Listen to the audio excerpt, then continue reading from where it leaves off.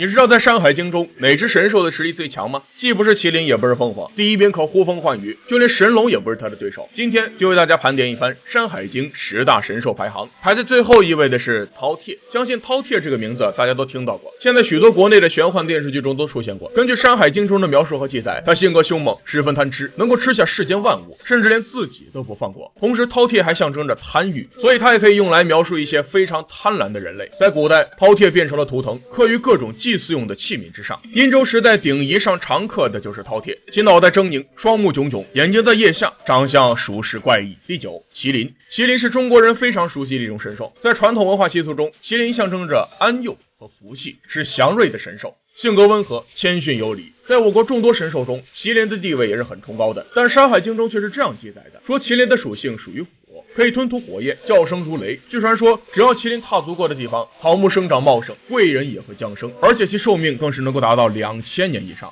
第8，九尾狐。九尾狐是古代民间传说中的生物，经常以狐狸精的形象出现在各种影视及游戏作品中，相信大家小时候肯定也没少看。但在《山海经》中是这样介绍的：九尾狐住在青丘国，有4只脚和9只尾巴，声音像婴儿，能吃人。如果放到现在来看，原来九尾狐就是个夹子，难怪化成人形后有如此多的君王宠爱。你知道《山海经》10大神兽排行吗？今天它来了。第7，虫鸣鸟。虫鸣鸟是一种神鸟，它的叫声婉转，类似凤鸣之音，但是却没有凤凰那么温和，而且其攻击力很强，能够驱逐凶恶的猛兽。这种神鸟并不会伤害人类，因此人们把虫鸣鸟看作是祥瑞的神鸟。在我国民间新年的习俗中，经常用剪纸把它贴于门窗上。第6，应龙。应龙是古代汉族神话传说中一种有翼的龙，相传禹治洪水时，有应龙以尾化地成江河，使水入海。不仅如此，当年皇帝命其攻打益州之野，应龙表现非常出色，之后还斩杀了夸父和蚩尤，战功赫赫，实力强大，是皇帝和大禹之功臣。应龙是龙中之贵，它是生活在海中的神物，能够主宰风雨雷电，并且还是麒麟的祖先。普通的神兽在它面前根本就不值一提，碾碎它们就在顷刻之间。可想而知，应龙的实力有多强。第5，谢豸。谢豸从外形来看和麒麟非常相似，但它有大有小，大者如牛，小者如羊，全身长着浓密黝黑的毛发，双目明亮又深，额上通常长一犄角。这只神兽除了外形炫酷，而且还拥有很高的智慧，懂人言，知人性。它怒目圆睁，能辨是非曲直，能识善恶忠奸，现奸邪的官员就用脚把它触倒，因此它也是正大光明、清平公正的象征。第4，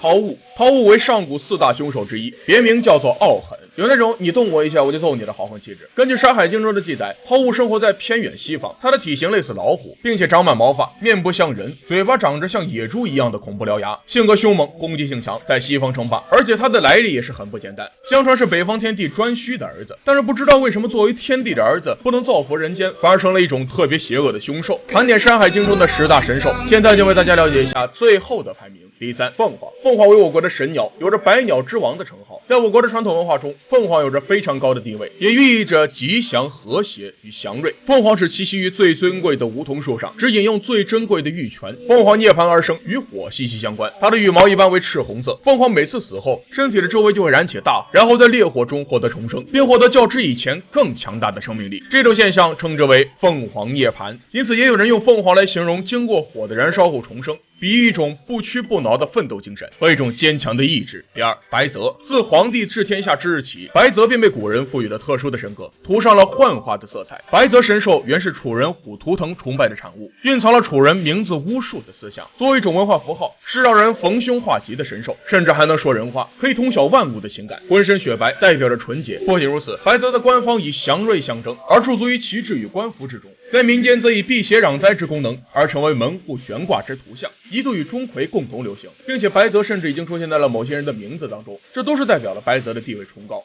第1，烛龙。烛龙又名烛九阴，是中国上古神话当中的一个神灵。烛龙的大致特征就是长着人的脸，蛇的身体，浑身通红，身长1000里，两只眼睛是竖着长的。更神奇的是，当它睁开双眼时，天就变成白昼；当它闭上双眼时，天就变成黑夜。它的呼吸是风，吹出冷气就令世界变成冬天，呼出热气就令世界变成夏天，还能控制雨水。烛龙最牛的地方是它不用吃饭，也不用休息，居住在中山或张尾山，也算是奇兽一只了。